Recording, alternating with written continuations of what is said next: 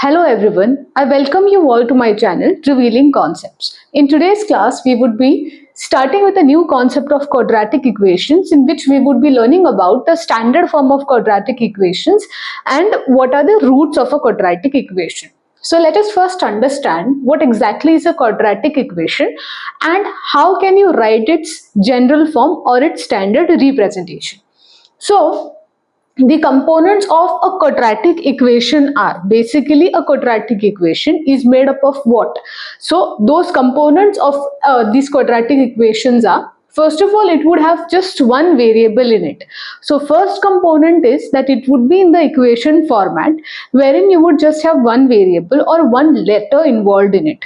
In simple terms, it's called as a letter, but in mathematical terms, it is called as a variable. So you would just find one variable in it. Also, the indices, when I say indices, we all know the index of any variable or any number is basically the power. So for example, 2 raised to 2, here 2 is the index of the number 2, or 3 raised to 2. So 2 is the index of 3. Similarly, here they say that the indices of the variables that are involved in any quadratic equations are always whole numbers, meaning they won't be decimal numbers, they won't be irrational or even the rational numbers. They will be always whole numbers. So 1, 2, 3 and so on. And finally it says that the maximum index of the variable would be 2. So they say that maybe x may occur 1, 2 or 3 times in that particular equation. There would be 4 or 5 terms of x in an equation, okay, and that terms would have the maximum index or the maximum power of the variable that is there in the quadratic equation would be 2. So the three conditions that are required, or the three components of a quadratic equation are, first of all, it would have just one variable. Second, the powers of those variables would always be a whole number. And third, the powers would be maximum up to 2. So it has to be 2 and not greater than 2. So if at all I want to give an example of quadratic equation, it would be something of the form x square plus 2x plus 3 equals to 0. Here if you see, all the three conditions are satisfied, where this is an equation in one variable only. You can just see x and x over here. There is no other letter involved here. And the indices of x, here it is 1, here it is 2. So they are whole numbers. And the maximum index of the variable over here is 2. So whenever you have an equation in one variable whose maximum index is 2, such an equation is called as a quadratic equation. Now the standard form of any quadratic equation is ax square plus bx plus c equals to 0. So something of this form, where a, b and c, these are the numbers. A and b are the coefficients of the terms x square and c is the constant term, and this is the variable that has been involved in the quadratic equation. I just want to put one more condition.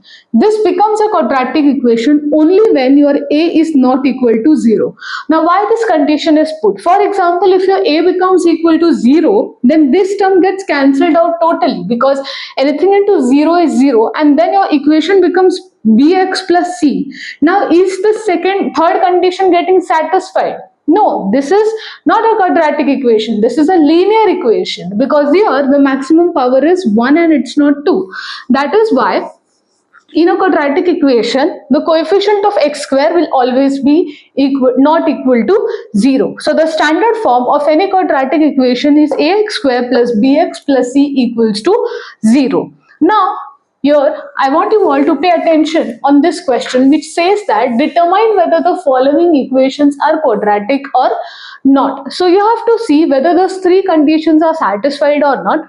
If they are not satisfied, of course, they won't be quadratic. The given equations won't be quadratic equations.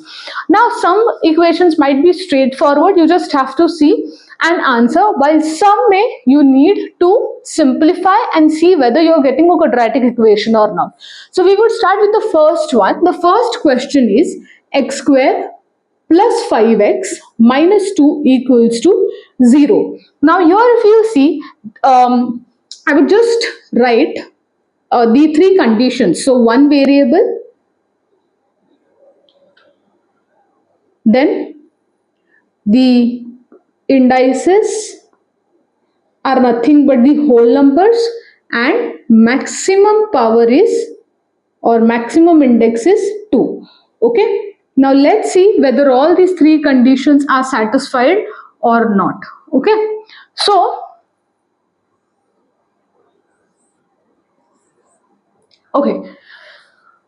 x square plus 5x minus 2. Does this equation have just one variable? Yes, it does have just one variable. Now, are all the indices of the variable whole numbers? Yes, if you see, here it's 2 and here it's 1. So yes, and finally the maximum power is supposed to be 2. Can you see any other x with power greater than 2? No. Here if you see 2 के बाद और कोई भी power वाला x नहीं है. So even the third condition is satisfied, and that is why we can say that this particular equation is a quadratic equation. Right, now let's move on to the next question. Next question is second one. M cube plus 3m square minus 2 equals to 3m cube.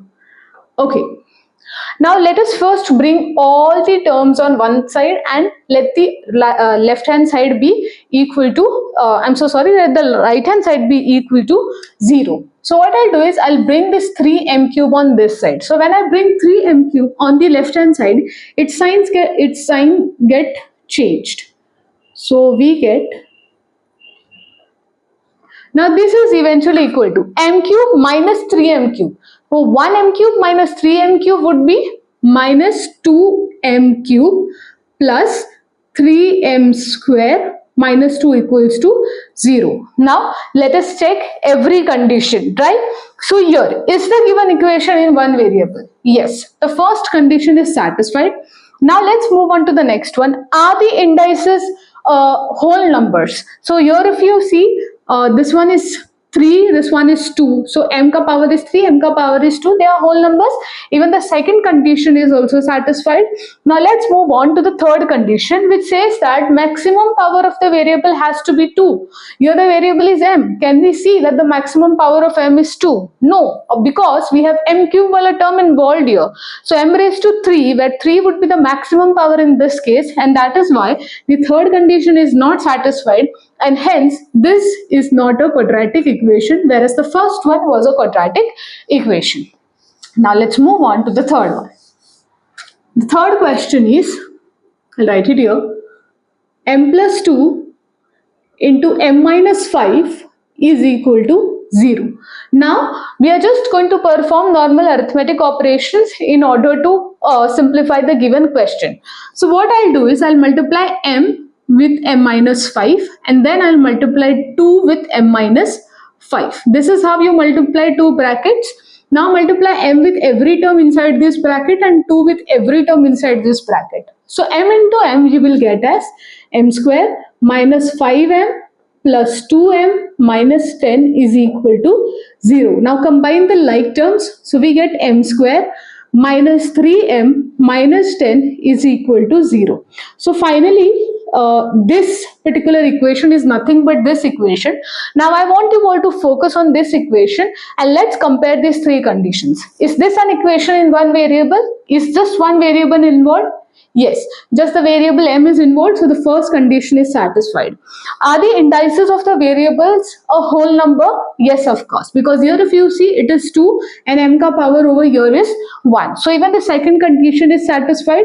Now let's move on to the third condition, which says that the maximum power of the variable has to be 2, which is true indeed in this case.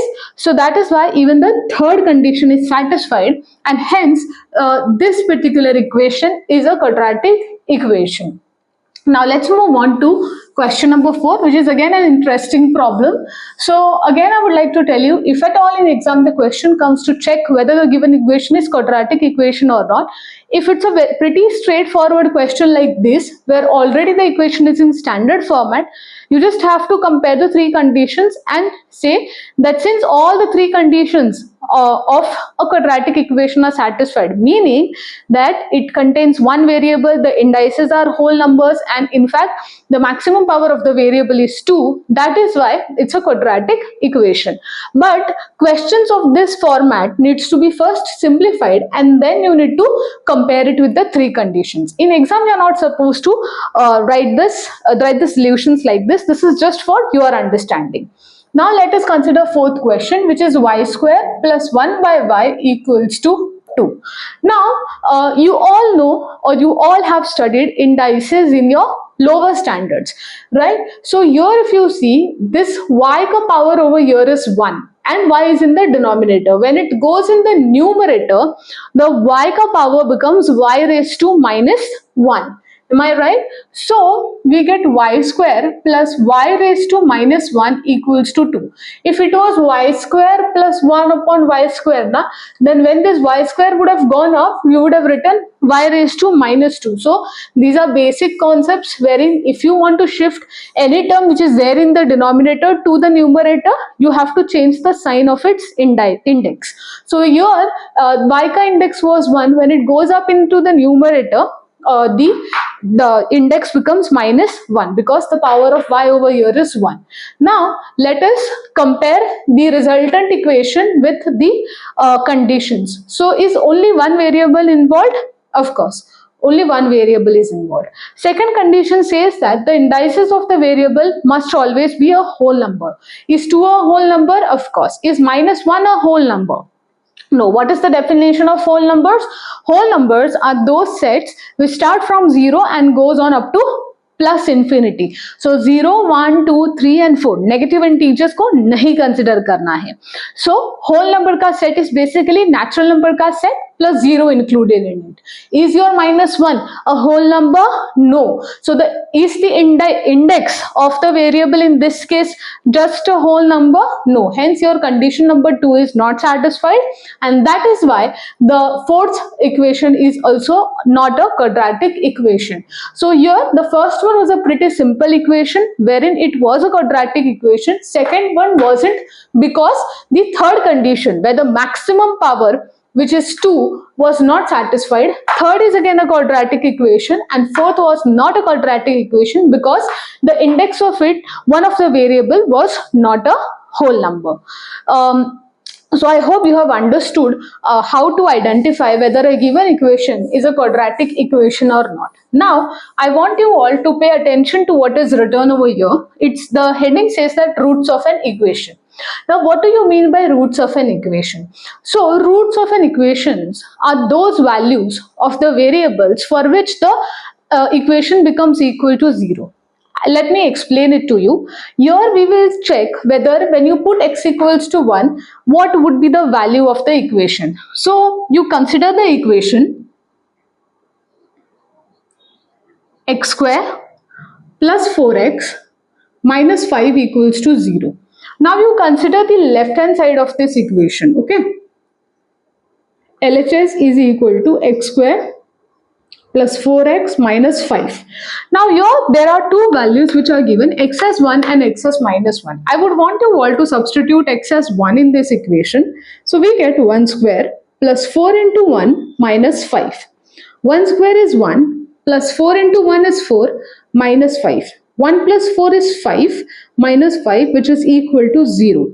Okay, likewise let us substitute now x as minus 1. So again I'll write the LHS, which is x square plus 4x minus 5, and now put x ka value as minus 1, right? So we get minus 1 ka square as 1, then 4 into minus 1 is minus 4, and we have minus 5, right? So 1 minus 4 in this case would be minus 3 minus 5.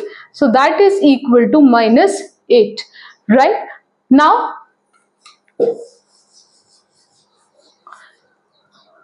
here if you see, when your x ka value was 1, you got the answer to be equal to 0, and when your x ka value was equal to minus 1, you got the answer to be equal to minus 8, right? So in this case, your x equals to 1 is considered to be the solution of this particular quadratic equation, whereas x equals to minus 1 is not the solution or root of this quadratic equation. Now why do I say that x is equals to 1 is the root of this equation and x equals to -1 is not the root of this equation. That is because when I put x के जगह पर 1, I got the answer ultimately equal to 0. Whereas in this case, when I put x -1, I don't get answer as 0. So ऐसी x की values जिसको हम substitute करने के बाद अगर answer 0 आता है, then that particular value of x is called as the root of that equation. It is also called as the solution of that equation. Now let us try this for the next question or the next equation. So here the right hand side, the left hand side of this equation is 2m square minus 5m. Okay, now I'll put m as 2 in this case. So 2 into 2 square minus 5 into 2. 2 into 2 square is 2 into 4 minus 5 into 2 is 10 and 2 into 4 is 8 minus 10. 8 minus 10 is minus 2. Are we getting answer to be equal to 0? So the answer is not equal to 0. Hence we can say that m equals to 2 is not a root of this equation. Now let us try for m equals to 5 by 2. So again I'll consider the RHS of the given equation, which is 2m square minus 5m. And now instead of m, I would be substituting the value as 5 by 2. So 2 multiplied by 5 by 2 the whole square minus 5 into 5 by 2. Now what I'll do is I'll give the square to the numerator and the denominator. So we get 2 into 5 ka square is 25 and 2 ka square is 4 minus 5 into 5 upon 2. Now 2 ones are 2, 2 twos are 4. So I get 25 upon 2 minus 5 into 5 is 25 upon 2. So see, 25 upon 2 minus 25 upon 2. Both of them get cancelled and we get answer to be equal to 0. So whenever your m ka value in this case is 5 by 2, that time this particular quadratic equation becomes equal to 0 and hence we can say that m equals to 5 by 2 is the root of an equation. So I hope you all have understood the concept of root of an equation. It is basically the values of the variables for which the equation becomes equal to 0. So students, with this we come to the end of today's class, and in today's class we started with the concept of the standard form of quadratic equation. We saw how to determine whether an equation is quadratic equation or not. Then we saw what are the roots of an equation using these two examples, and that is how we have learned overall the concept of quadratic equation. I hope you all have liked the video. If you have any doubts, you can pin them in the comment section. See you in the next video. Thank you.